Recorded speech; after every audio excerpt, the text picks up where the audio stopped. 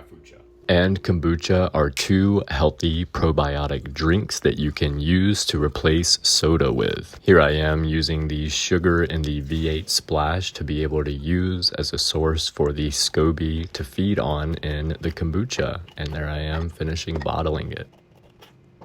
Now that we have the kombucha bottled, we can make some Koffucha. Koffucha is very similar to kombucha, but instead of sweet tea as a base for the kombucha to feed on, we're gonna use coffee.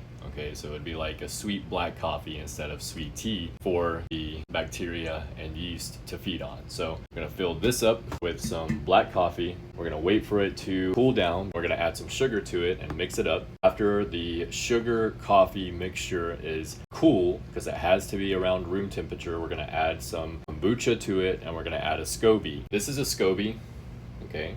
This is what the kombucha creates, okay? It stands for symbiotic culture of bacteria and yeast, okay? So it basically is called the mother. It has a lot of different names, but we're gonna use the mother and some kombucha to make some Koffucha. And then for the second fermentation for the Koffucha, we're going to do an experiment. So I'll keep you guys posted.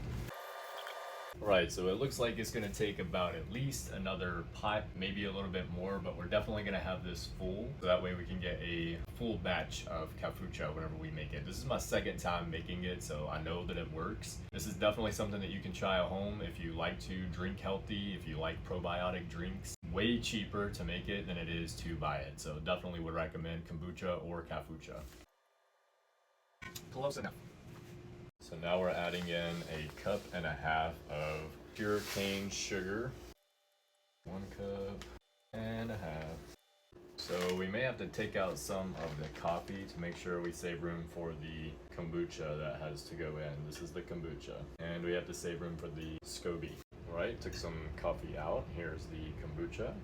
Took a cup out, put a cup in, should be pretty good. I think I'm gonna take just a little bit more out to save a little room for the SCOBY because I don't want it to touch the cheesecloth. So here we go. That should be good.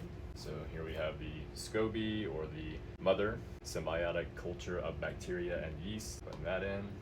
And after you put the SCOBY in, the sugars in there, actually do still have to give it a mix, so I'm gonna do that really quick. After you give it a mix, we're gonna put the cheesecloth on, okay? You need to have something breathable on the top, because if it can't breathe, then it will suffocate it and it will die. It will probably create mold and bacteria as well, okay? Here, let me give it a stir really quick, and then we'll put this on. Should be good to go to sit for about 7 days, and then we'll have Koffucha. Right, the SCOBY should float at the top, but if for any reason it sinks, it doesn't matter. It will be fine. It will still create kombucha. So afterwards, we just put the cheesecloth back on, and boom, it's good to go. We just gotta let it sit for 7 days. Then we will have Koffucha. So see you guys in 7 days. All right, guys. So it has been about 12 days. It's been way more than 7, almost double the amount of time, but it's not a problem. We've given it plenty of time to turn into Koffucha for the first fermentation. I can't even tell on the camera because the thing's in the way, but I'm sure you can see all of these bubbles right here. That's definitely a good sign, okay? That means that it is fermenting. Boom shakalaka. All right. Wow, this looks crazy. Let me take this off of here so I can show you guys.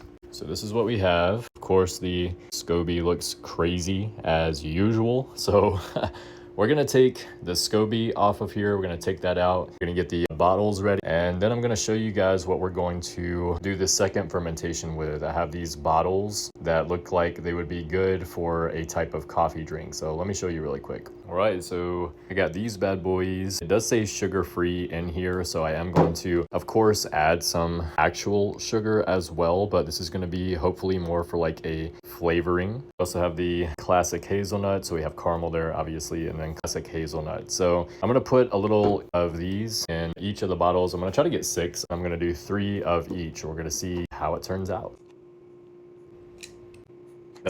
You always need to try to save at least about a cup of whatever it is, kombucha, Koffucha, whatever. So that way it will keep the SCOBY alive, and then also you will have extra to be able to start a new batch.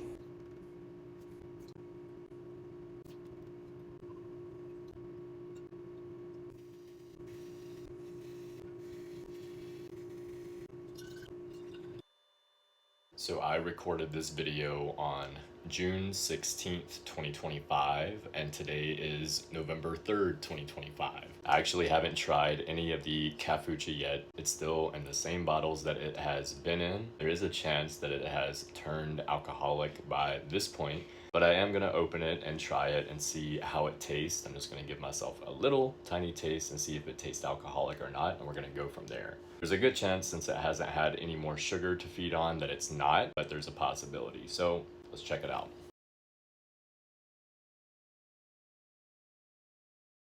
All right, so there you have it. I was trying to figure out what flavor this one is, between caramel or hazelnut.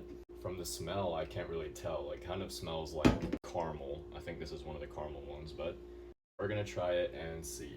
Just a little taste there. See what it tastes like.